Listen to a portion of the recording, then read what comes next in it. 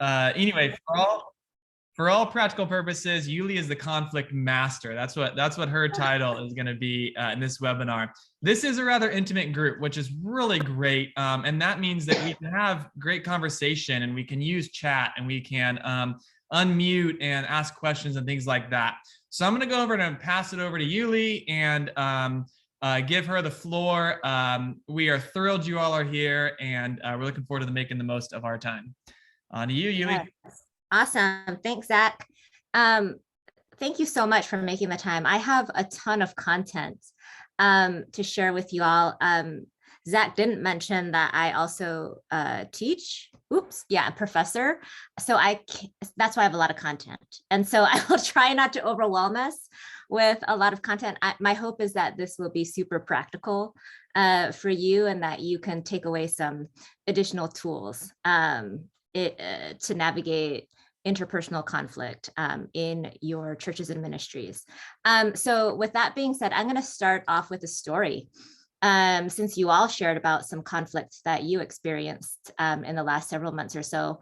In 2016, with 10 years of ministry experience under my belt already, and then almost finished PhD in org leadership at that time, I actually started as a new director of children's and youth ministry at a church here in Chicago. And I reported directly to the executive pastor of strategic implementation. That was her title. And she oversaw all staff so that the senior pastor could focus on preaching and not worry about other church matters. The executive pastor who I reported to, she was hired a year before me. And I learned that this job that she was in was her very first ministry job. And she was also a fairly new Christian. But our senior pastor really liked the fact that she used to work in the corporate world and had a passion to bring her management experience into the church. Thus, she was hired just a year before me. And so I think you can already put some of the puzzle pieces together in terms of this being her new ministry, her first job in the ministry world, new Christian, and then in comes myself with 10 years of ministry experience and studying organizational leadership at a local seminary. And so during my onboarding, the senior pastor told me that he really wanted to hire me specifically because of my relationally oriented philosophy of ministry, as well as my background in org leadership and passion for systems change. And literally quote, I have this quote down because I was like, wow, okay. So he says, quote, "You can be the relational glue for our staff team and also help us change church culture. I've wanted to see culture change for so many years, and I can't wait for it to finally happen," end quote. So he enthusiastically predicted that I was going to help create this culture change within his church.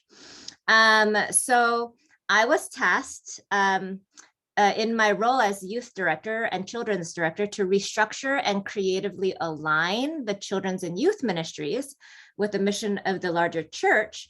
But the senior pastor and my direct boss, the executive pastor, they both agreed that my voice would be critical in helping to shift the culture of the church as a whole into one that was more teams oriented. It was very just senior pastor focused before. So they were excited for me to speak into how to shift it to become more teams oriented and more relationally cohesive as a system. So immediately after starting my job, I was asked to be a full participant in church-wide strategic planning. And the senior pastor, he would pull me aside to talk with me and consult with me on several really significant ideas and issues in the church. One of which was the need to clarify some of the systems of communication that existed in the church, especially so that staff could become more aware of the senior leadership's vision and goals. So he would pull me aside to have these like one-on-one conversations, to consult me on what, I knew as an org leadership scholar, et cetera. And so I communicated some of the gaps that I was seeing in the church and shared with him some ideas. And he asked me if I could also share this with the executive pastor too. And so I did. I met with my boss, the executive pastor, and I shared with her some of what I was identifying and my ideas for how to address those. And what unfolded after that was a series of conflicts between me and my boss, the executive pastor. When I shared about the gaps I saw and then the areas for potential improvement, my boss concluded that I had problems with submission, that I lacked discernment, and was ultimately not a good fit for the church. And just simply by sharing the gaps that I saw. And I have a quote from her too, because this quote really hurt my feelings. And so, quote, she said, "I think Yulee wants my job," end quote. And so that's what the executive pastor, how she responded to me in that moment. So knowing that story, if you treat that story as a case study, I'm curious to learn from you. If you were me in this situation, what would you do next in this conflict? And I want you to chat that in. Like, what would you do next after hearing that from your boss? I think Yulee wants my job. What would you do next? Zach, start looking for another job. Yeah, I mean, it was pretty intense. What else? Just treat it like a case study. Just chat in what comes to you in your gut. That's what I was about to say. Yep. Okay, Caleb, we have a theme going on in the chat. All right. Awesome. Any other? Can you expound on how I felt? Yeah, I was feeling really hurt and sort of surprised that that assumption would be made when I was really just trying to be helpful, which I thought that she wanted me to be helpful in this area of strategic planning, because her and the senior pastor agreed that it would be important to include my voice in the process. Yeah, so you would ask for a meeting with your exec pastor, another pastor first. Yeah, this is great. Awesome. I love these. Yeah, so as you can see, there are many different next steps that we can potentially take when we are involved in conflicts. And I'm going to share my screen right now. Hold on, so I could share this PowerPoint with y'all. All right, it's cute. Do you like this cover photo? Look at that. I try to use stuffed animal bears so that we can lessen the intensity of this topic. So with that story in mind, I am going to transition us to this question. Are conflicts inevitable? Yes. Conflict is inevitable in groups and organizations, and conflict can be super uncomfortable, as you all know, but it's not necessarily unhealthy or bad. And so, no matter how much you love people, no matter how much you love Jesus, there will always be people in the inside of your ministry and outside who oppose you. And when people oppose you, that doesn't necessarily mean that we're always right. Sometimes we're actually wrong. But my point is that we will not escape opposition or conflict. However, we don't have to show up to every battle we're invited into. We don't have to show up to every battle we're invited into. There's this quote from Reggie McNeil that I really like. He says, "Many spiritual leaders seem caught off guard by the fact that they encounter conflict. One of the best strategies for letting conflict work for you involves coming out of denial and coming to grips of the reality that challenges go with the territory of leadership." And so what that quote is saying is that we need to work at a way in which we deal with this reality of conflict. And, when we look at scripture, especially Paul, I think of Paul in scripture, he experienced various kinds of conflicts, cultural conflicts as he engaged the Gentiles, acceptance as he faced the Jews. He first persecuted as Saul of Tarsus. He faced interrelationship difficulties, etc. And so simply being aware of this reality is really a helpful first step to managing conflict. But at the same time, knowing of the reality that conflict is inevitable, this will not fully prepare you for what will happen. So you need to be aware of that tension. First, just be aware that conflict is inevitable, but being aware of that reality will not fully prepare you for the conflict when it actually happens, because there's so many human nuances that play out in the midst of a conflict. So the question then for us is, how can we manage conflict and produce positive change? How can we manage conflict and produce positive change? And mutual agreement is possible in any conflict situation if people are willing to negotiate in really authentic ways. So the point is that although conflict is inevitable, it does not have to be destructive. Although conflict is inevitable, it does not have to be destructive. So I'm going to move us into talking about a little bit of what conflict actually is, and to make some, to distinguish between different kinds of conflict for us. All right, so here is a definition that we can find from Wilmot and Hawker. And they say that conflict is a felt struggle between two or more interdependent individuals over perceived incompatible differences in beliefs, values, and goals, or over differences in desires for control, status, and connectedness. Now I'm going to go into each one of those in more detail, but essentially what they're saying is that everybody does something that makes sense to them. Like, we all do something that makes sense to us. And if we want to become a better leader, we need to be able to understand why specific actions make sense to different people. So what this next slide shows is the different kinds of content and relational conflicts.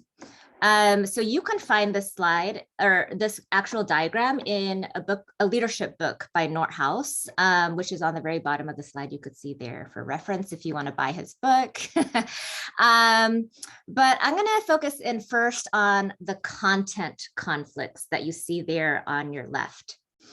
So these conflicts center on differences in beliefs and values or goals.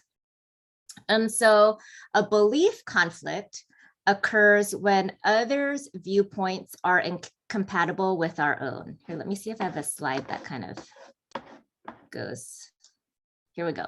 Okay, belief conflicts occur when others' viewpoints are incompatible with our own. So an example of this is a leader who believes Christians become more Christ-like. That's a belief. Versus a leader who believes in self-actualization.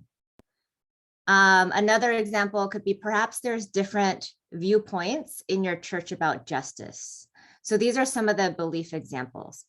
Value conflicts occur when others' values are incompatible with our own. And you'll notice a little bit of a thread between these as well.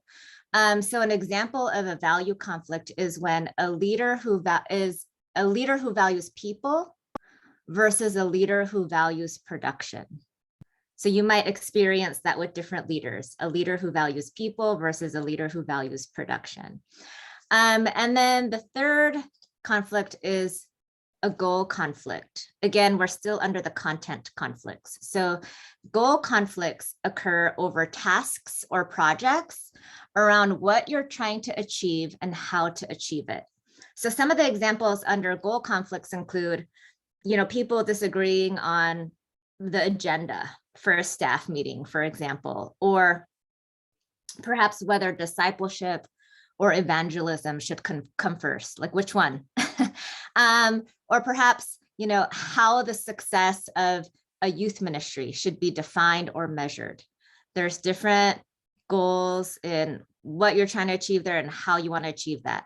Or perhaps how decisions should be made in a meeting, or how quickly a project should be completed. So these are all parts of goal conflicts. In general, the most common form of task conflict in organizations is functional. So what I mean by that is that different people look at the same problem and see it completely differently. And so each person may argue that their perspective on how to solve the problem is more important. I know we experienced that on our team at FYI. And so that's a big deal. Like different people look at the same problem and see it completely differently. So everyone's going to have a different perspective on how to solve a particular problem. I'm curious to hear from you in the chat. Which content conflict do you resonate with right now?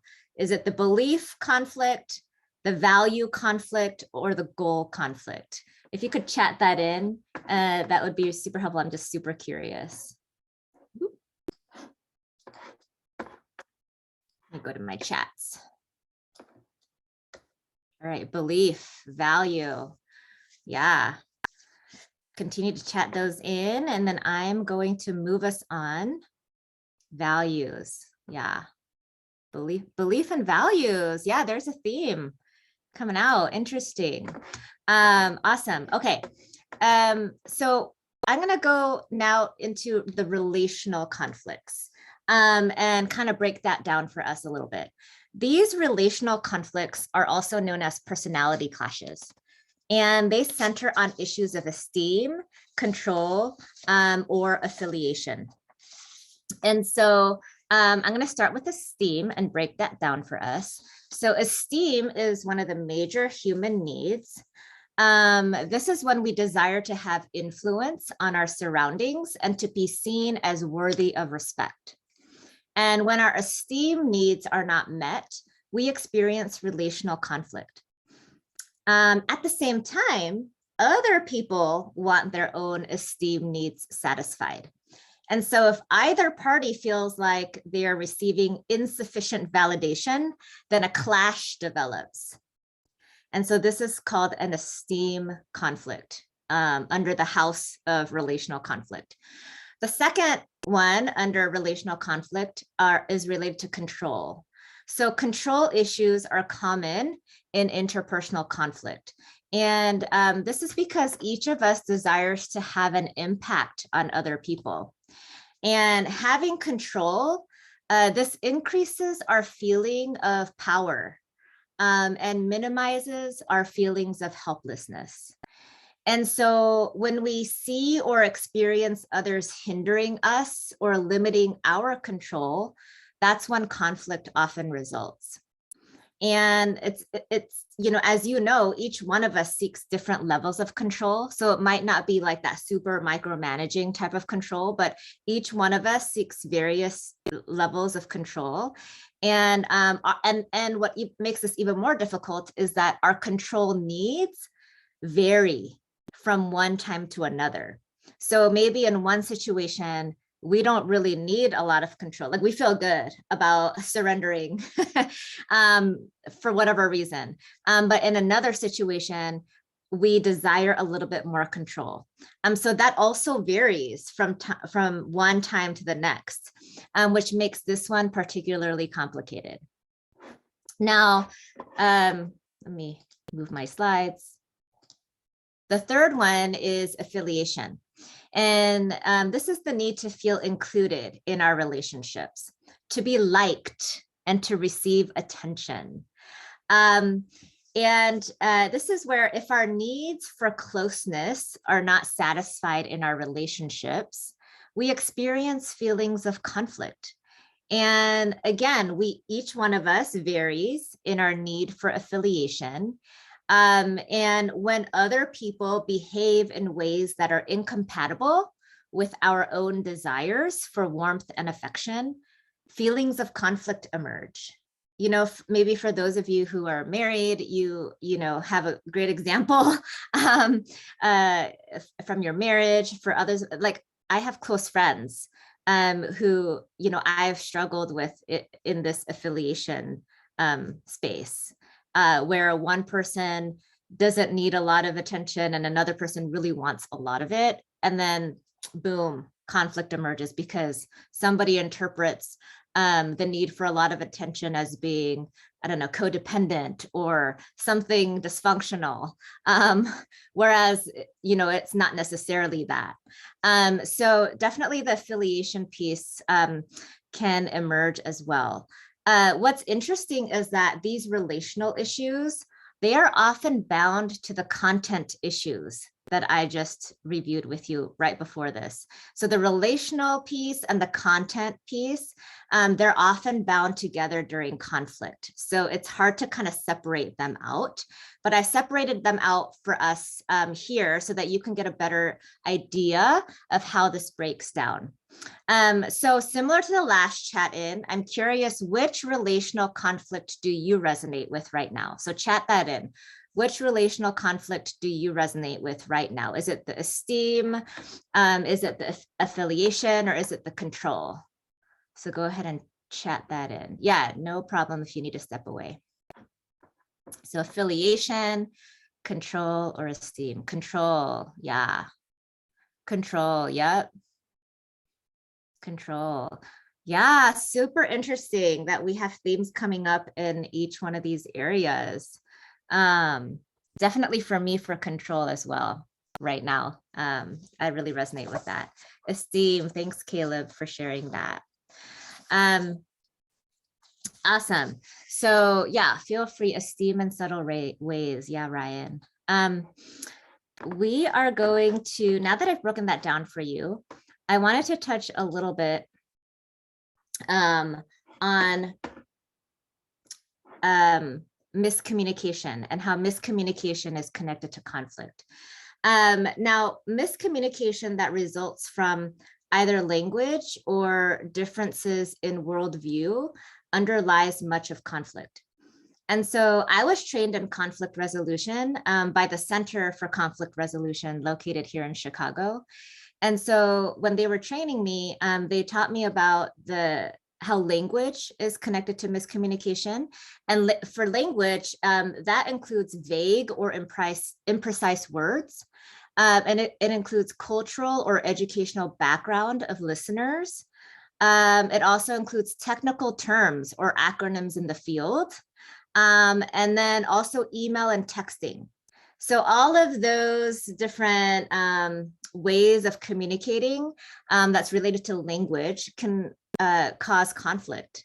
And so, you know, it's interesting, at FYI, we have a colleague of ours who sends us an email every week sharing about the Gen Z word of the week.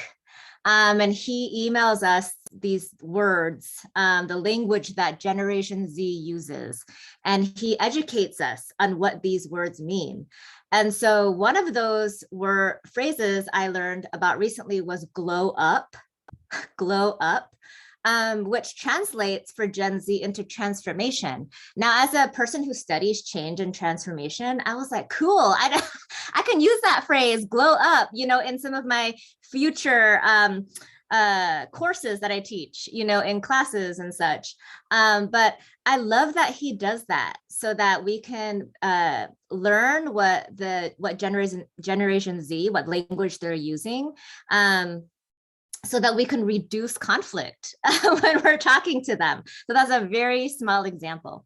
Now, I also learned that worldview underlies much of conflict. And, you know for yourselves that depending on your socioeconomic status, gender, race, culture, etc., all of those things inform our worldview. And so depending on any of those factors and how those intersect with each other, that's going to inform our perspectives, how we interact, etc. And so I'm sure you've experienced situations when worldview clashes happen, whether in a meeting or in a friendship, etc. And so usually what happens in these cases with language and worldview is that the little things that come out in relationships with each other become big things because these things are perceived in different ways. And the perceptions are usually born out of assumptions. And so little things become big things, become even bigger things. And that's when, boom, like conflict shows up. And so when conflict occurs, it's usually not so much, as you see on this slide, it's usually not so much about people wanting to defend themselves, but rather it's more that people want to be respected. People want to be respected. It's not so much that they want to go on a defense of themselves. And I know that, I don't know about you, but I experienced that a lot, like in conversations of people being really defensive or having this defensive posture. And then I'll experiment. And rather than going at them directly, I'll say something like, hey, that's a really great point. Can you tell me more? As a sign of respect. And then I'll notice the conversation shift. And so it's super interesting, but this is what the conflict scholars say, that it's really about people wanting to be respected. So with that being said, I wanted to share how you as leaders can negotiate conflict when it happens. Yes, Andy is exercising respect in the chat. I love that. Thanks, Andy. So when you are in conflict, how can you negotiate it? Well, there is an approach to negotiating conflict from Fisher and Yulee. I really appreciate this framework that I'm going to share, and I've used it several times. So I'm a witness to its effectiveness, and I want to encourage you to experiment and try this out the next time you are in a conflict, probably maybe a low risk conflict, and just try it out and see what happens and see if it's helpful for you as well. But they talk about 4 principles, and they focus on the basic elements of negotiation, which include people, interests, options, and criteria. So I'm going to go through each one of those principles: people, interests, options, and criteria. So principle 1, they say separate people from the problem. Separate people from the problem. Now, this is not easy. This is really, really hard because they are entangled together, the people and the problem. And so from my personal experience, this is a challenge to actually make that clean separation. But that is a principle that they have. And so if you're able to separate the people from the problem, we are able to recognize the other person's uniqueness and needs. So the way that I do this practically is I literally use my imagination. I mean, I am such a big fan of imagination. If you hear any talk from me about change leadership, I will include some content about imagination, but because imagination is very closely tied to our actions, because they use the same neural pathways in our brains. So I will literally imagine a person being separated from the problem that I'm seeing before me. So I'll imagine this like separation in my mind. And that really, really helps me to know that God loves this person. Therefore, I love this person. Let's not go down a destructive trail, but let's preserve both of our dignity and our humanity, and let's figure out what the actual needs are in this situation. And so that's what this principle means. Try to separate the people from the problem. The second principle is to focus on interests and not positions. So focus on interests, not positions. So to break this down a little bit, positions represent our stand or perspective in a particular conflict. So positions represent our stand or perspective in a particular conflict. Interests, on the other hand, represent what is behind our positions. So interests often relate to basic human concerns, such as belonging, recognition, control, economic well-being, etc. So this principle is telling us, focus on those interests related to basic human concerns and not so much on your position, your stand, or your point, or your perspective. I had a mentor of mine who used to tell me, people who always need to make a point are so unproductive because they're so focused in on their point that they don't really take the conversation anywhere. So this is something that you can try, is to try to discern what the actual interests are, and set your position aside for the moment.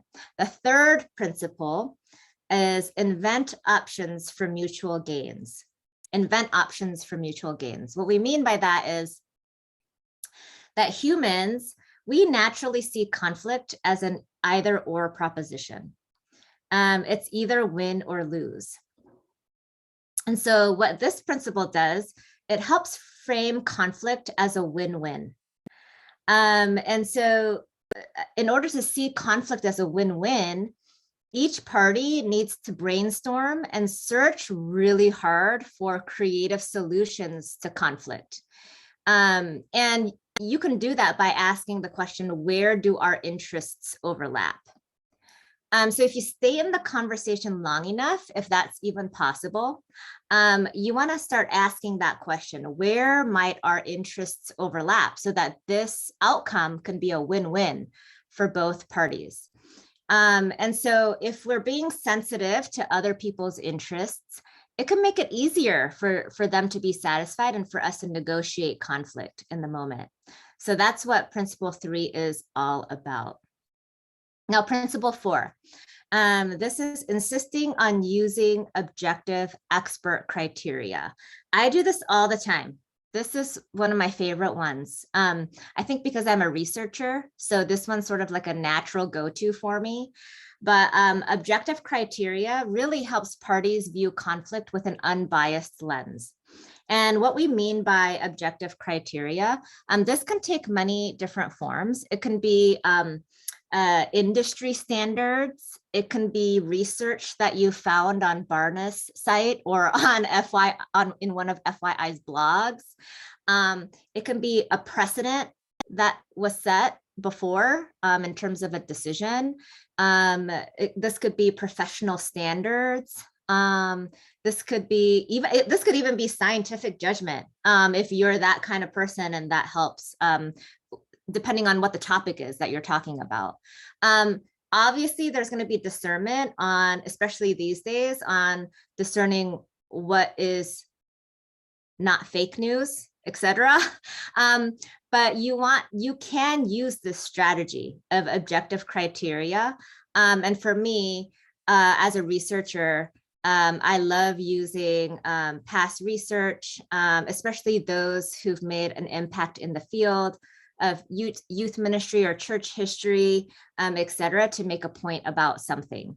And it goes a really long way, actually, if you are having some communication gaps with your senior leaders. Senior leaders really appreciate this approach. When you bring in some research that backs up some of what you're trying to propose, if you anticipate conflict coming from what you're proposing.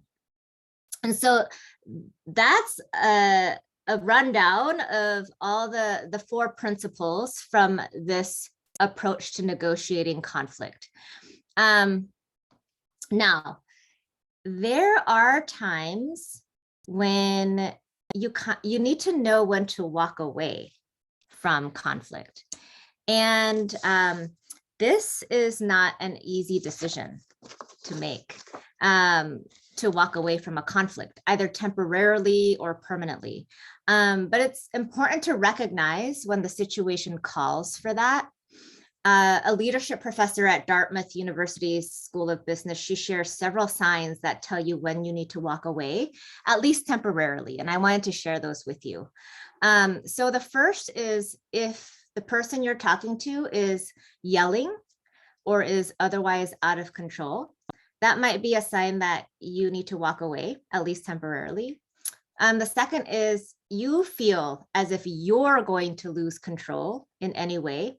That might be dangerous to you or the person you're talking to or your relationship as a whole. So that might be a sign that you need to walk away. The third is your conflict or fight. It might be happening in a public setting where others can see or hear you, and it's just escalating to a point where it might not be wise to continue that in a public setting. So that might be a sign you need to walk away. And then if it becomes obvious to you that the discussion can't be resolved through the current situation, for example, if you or the other person keep repeating yourselves, it's the same argument over and over again, that's a telltale sign that you need to walk away, at least temporarily.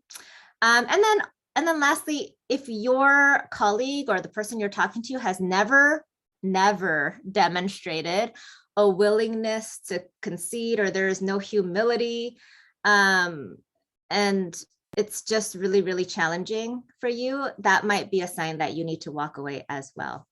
And so people often ask me, well, how do you walk away?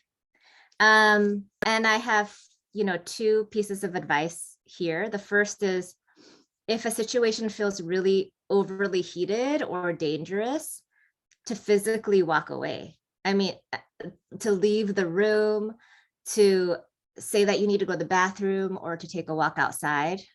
These are, the bathroom one is one I've used quite often, because that doesn't seem too out of the blue, but people understand.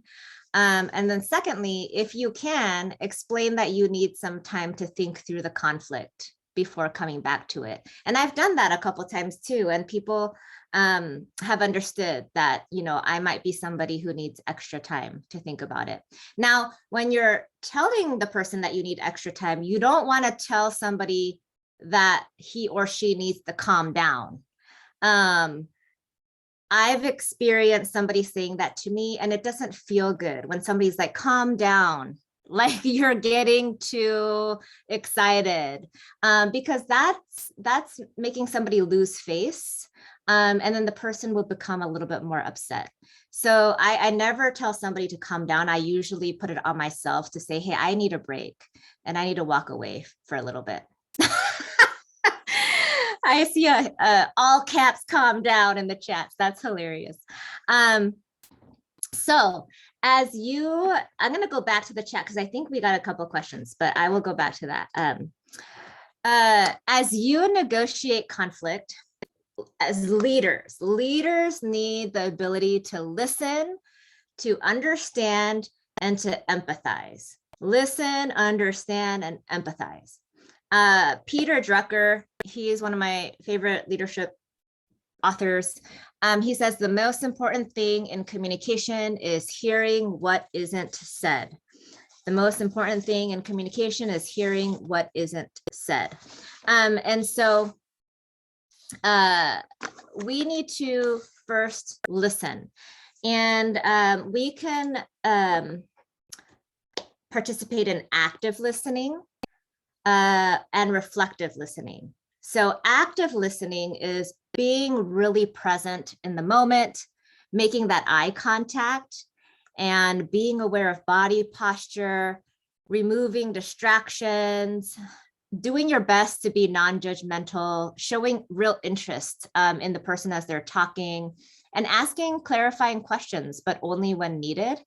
And then so that's active listening. Then there's reflective listening. And reflective listening is really important because this is summarizing what you've heard from the other person. So this is the key distinction.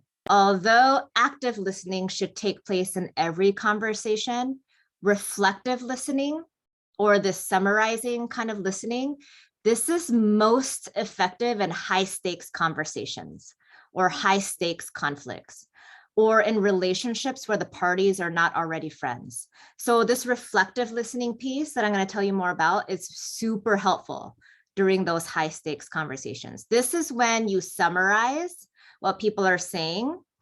This really helps people feel heard and valued. Reflective listening helps build trust. It builds rapport. It shows you're trying to understand. And as you're trying to understand, it checks your own understanding as well. And it gives opportunity to pull different pieces of information together. So you can actually summarize in a couple of different ways. For example, you can paraphrase facts in your own words. You can reflect emotions back to people. Like, hey, as you were speaking, it seemed like you were feeling angry about X, Y, and Z. Did I hear that correctly? Something like that, where you're summarizing and you're telling the person like, hey, I really respect what you're saying and help me to learn if I'm listening well.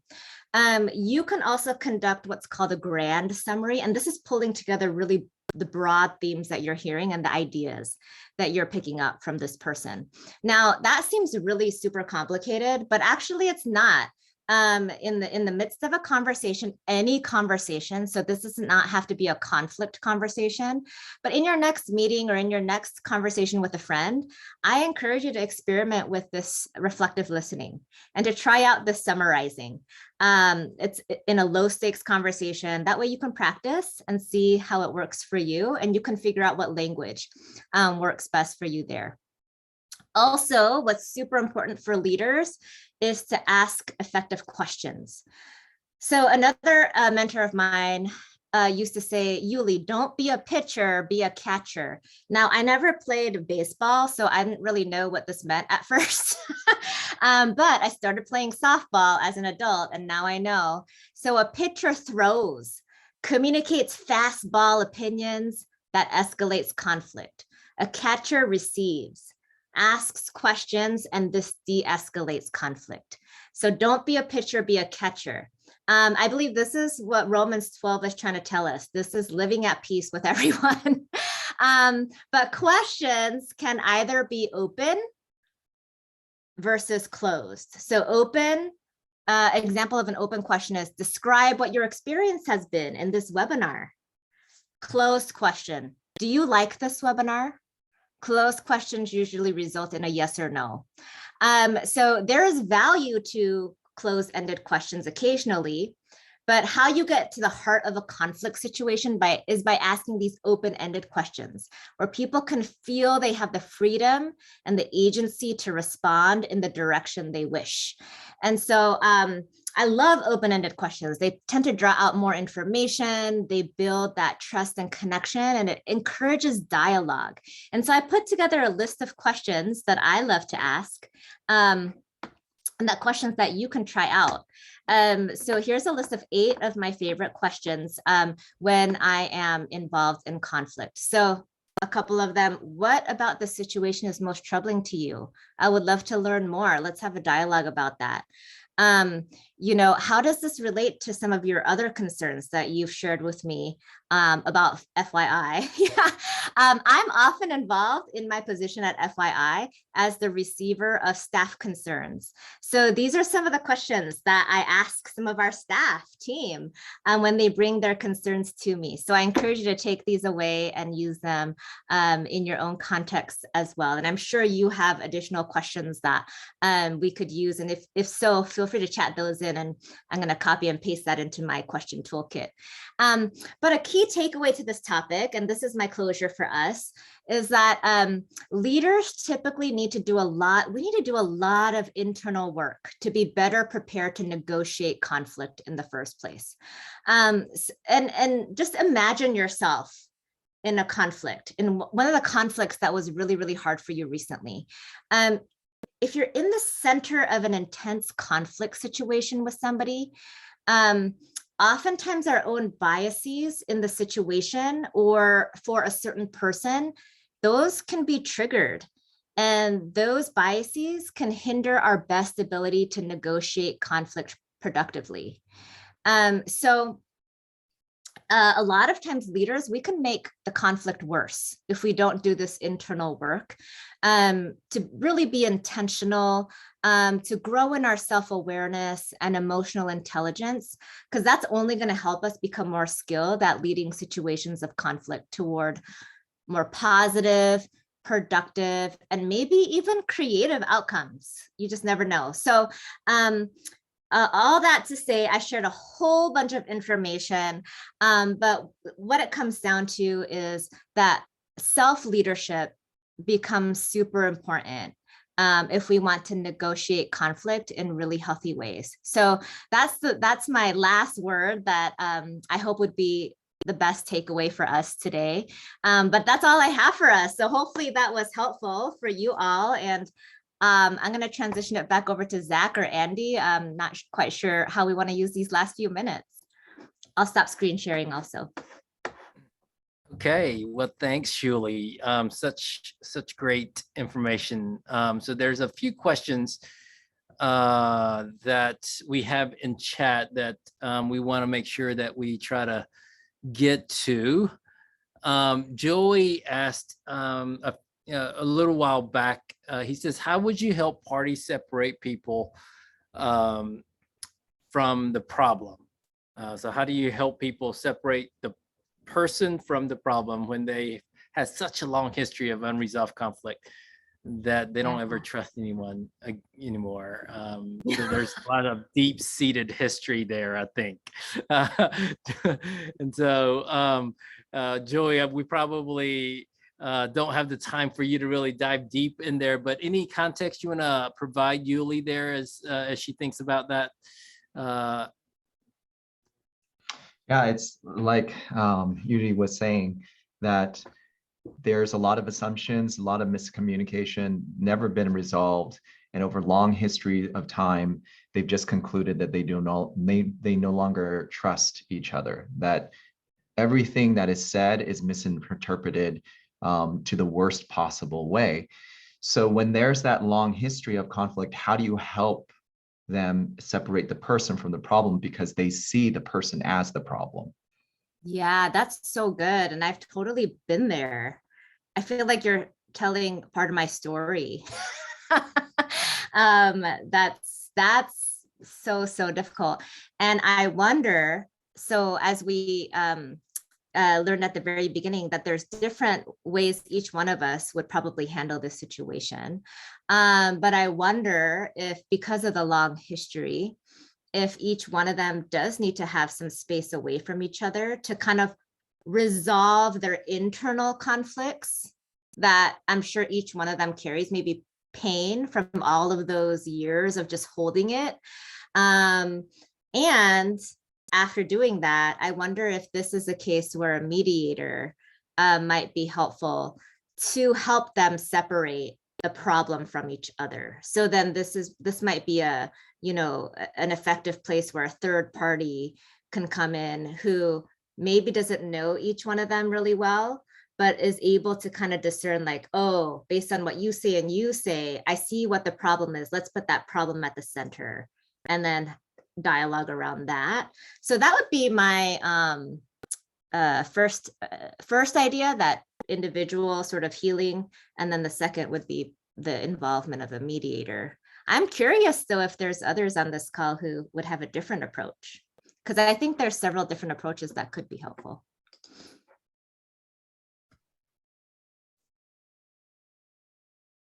And if not, no worries. This is not a question where anybody needs to answer and be stressed out about.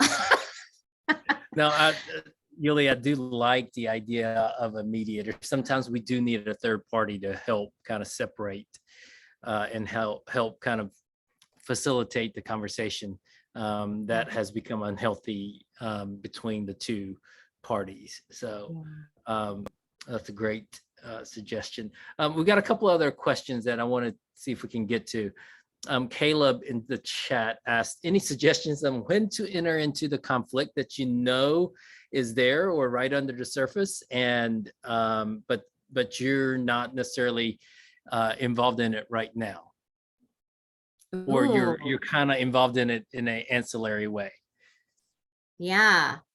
That's a really tricky question because that's kind of like I'm interpreting that question as, is this a battle that I should be fighting or entering into? So if I'm interpreting that wrong, Caleb, would love for you to jump in.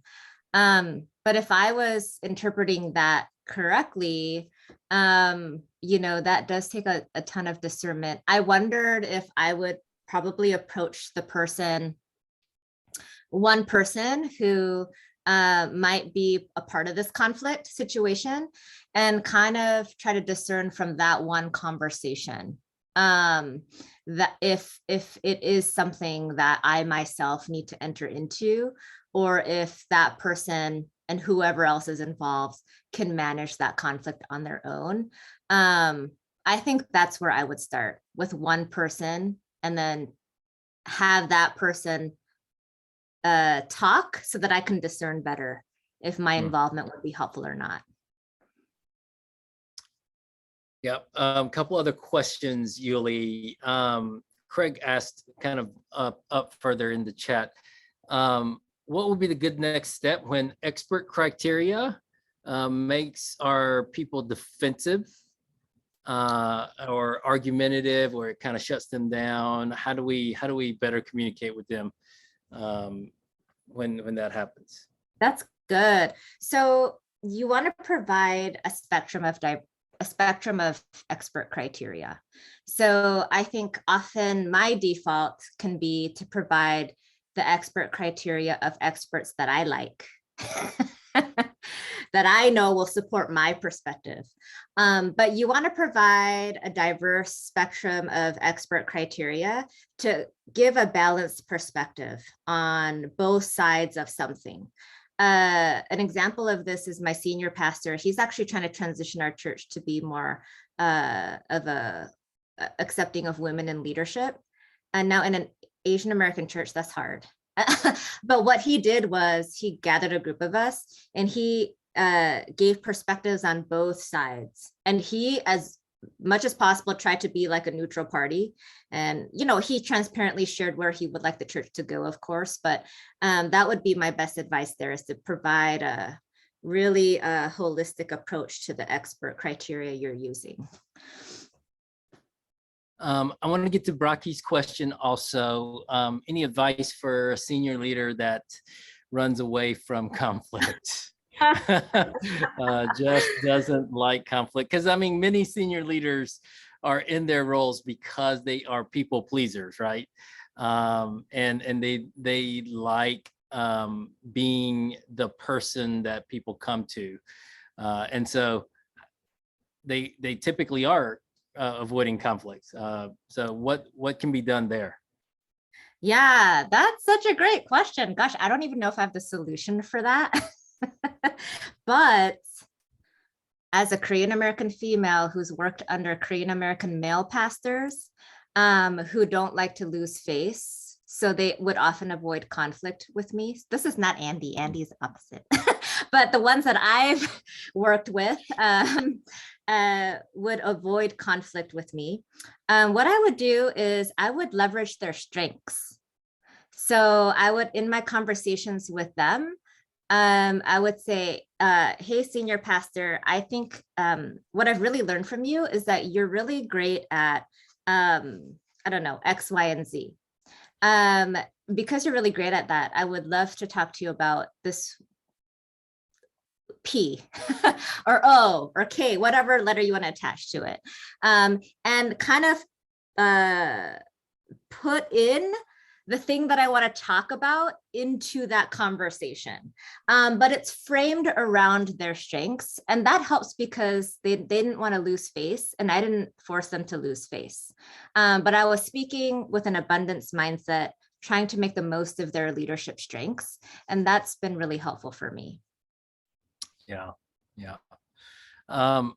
So as a kind of a closure, because we are out of time, as a closure, close the loop on your story, Yulee, on how did things turn out with your executive pastor. What ended up happening? Yeah, I'm happy to close the story. So I avoided her for the next year and a half of ministry. I just kind of became a machine in the cog, or a cog in the machine, and just did my work and didn't really try to be too close with her. I still gave her the updates, but literally just professional in this context. And then eventually, you know what that does? It takes away the humanity. It took away the humanity from myself. Like my own soul was dying internally. And I realized this is not the kind of leader I want to be. And so we did have a one-on-one. I think somebody mentioned that they would do that, have a meeting with the executive pastor and senior pastor. I met with both of them. Senior pastor is a different story, but with the executive pastor, she and I met several times to really talk through. We had a lot of hard conversations, but then we landed on that win-win situation. She saw the value in what I was trying to do in my leadership, and I saw the value in how she was trying to supervise me, et cetera. And so that took a long time though, and that wasn't easy to get to. I will say the both of us are no longer working at this church, but we've kept in touch and we've become really good friends. And she showed up to, and she's a white woman, she showed up to an anti-Asian hate rally to support me this past year. So that's a great ending to the story there. Yeah, that's great. Yeah, these hard conversations are pretty gut wrenching, right? I mean, we lose sleep over those hard conversations. It's just tough.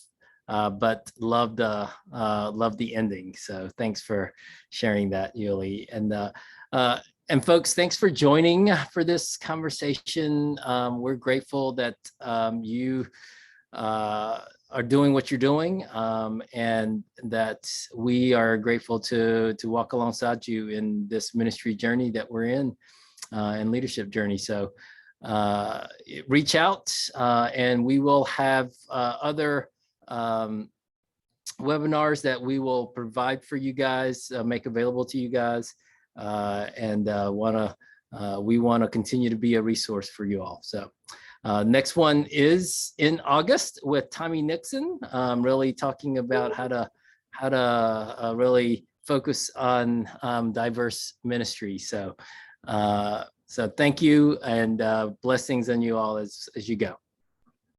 It's good to see you all. Have a good afternoon. Thanks, Yulee. Bye.